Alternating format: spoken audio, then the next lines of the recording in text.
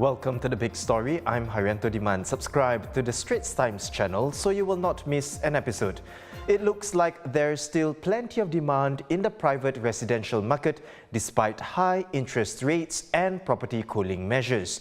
Because new private home sales, excluding executive condos, more than doubled in January to 391 units from 170 last December.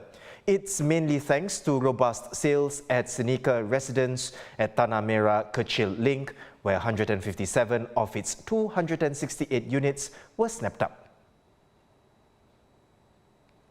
If you're buying your first home from today, I hope you're aware of the revised buyer's stamp duties, no longer at the current rate of 4%.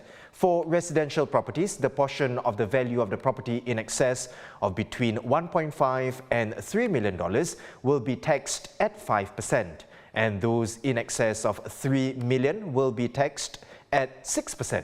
In all, the revisions are expected to generate an additional $500 million in revenue a year. Senior Vice President of Research and Analytics at Orange Tea and Thai, Christine Sun, joins me now. Christine, to make better sense of yesterday's announcements, I'm going to paint you two scenarios.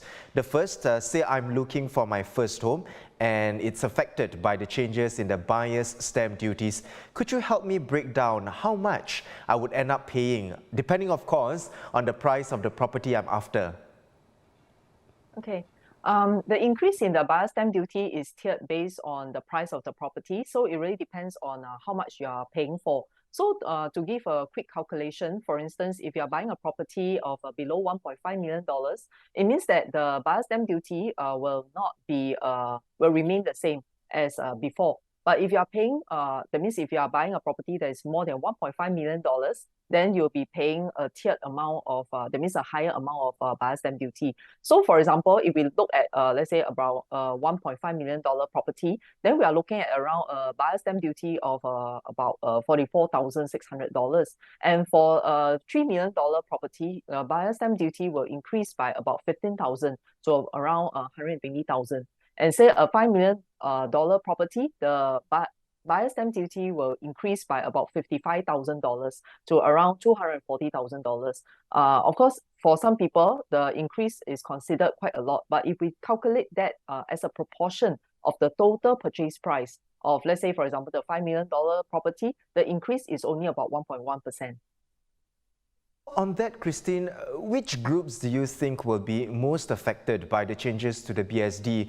Is it someone who aspires to live in a more expensive place but is stretching their dollar, or the ones who can comfortably afford it? Or do you think another group entirely?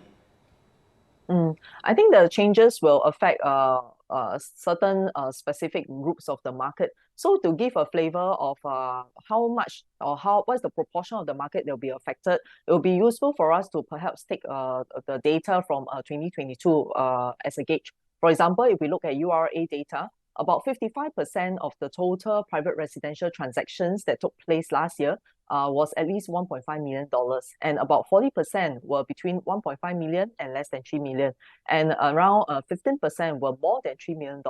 So based on this kind of calculation, around 50% of the transactions will be affected by the increased buyer's stamp duty if we use last year data as an indication.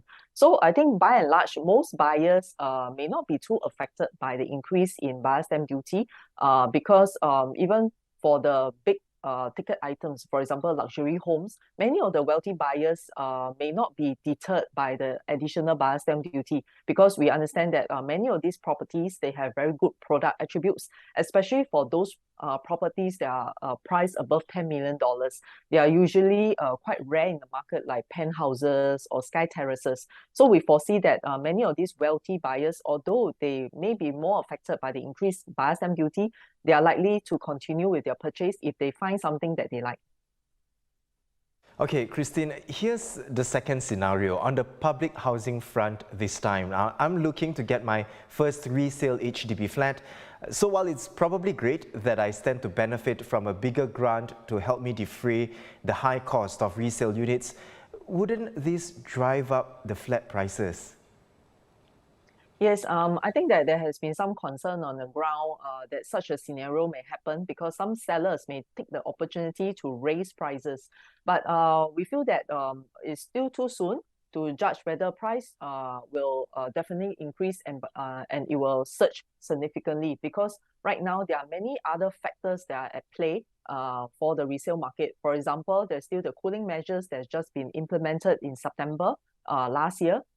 Interest rates are still high and more BTO launches more BTO projects will be launched in the coming months. So this means that there'll be more competition for buyers. So given that, I think even if sellers, they intend to raise prices because of the increased grant that has been given to first timers, they also need to take into account that many of the buyers are now facing increasing cost pressures, especially with high inflation and of course higher interest rates and so on.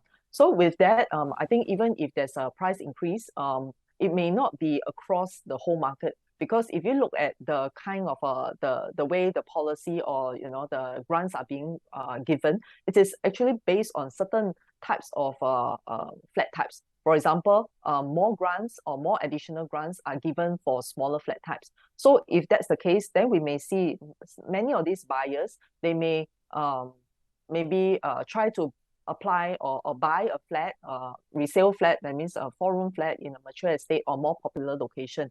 And if demand increases in this kind of segment of flat types, then in this area, then we may see prices increase maybe slightly more.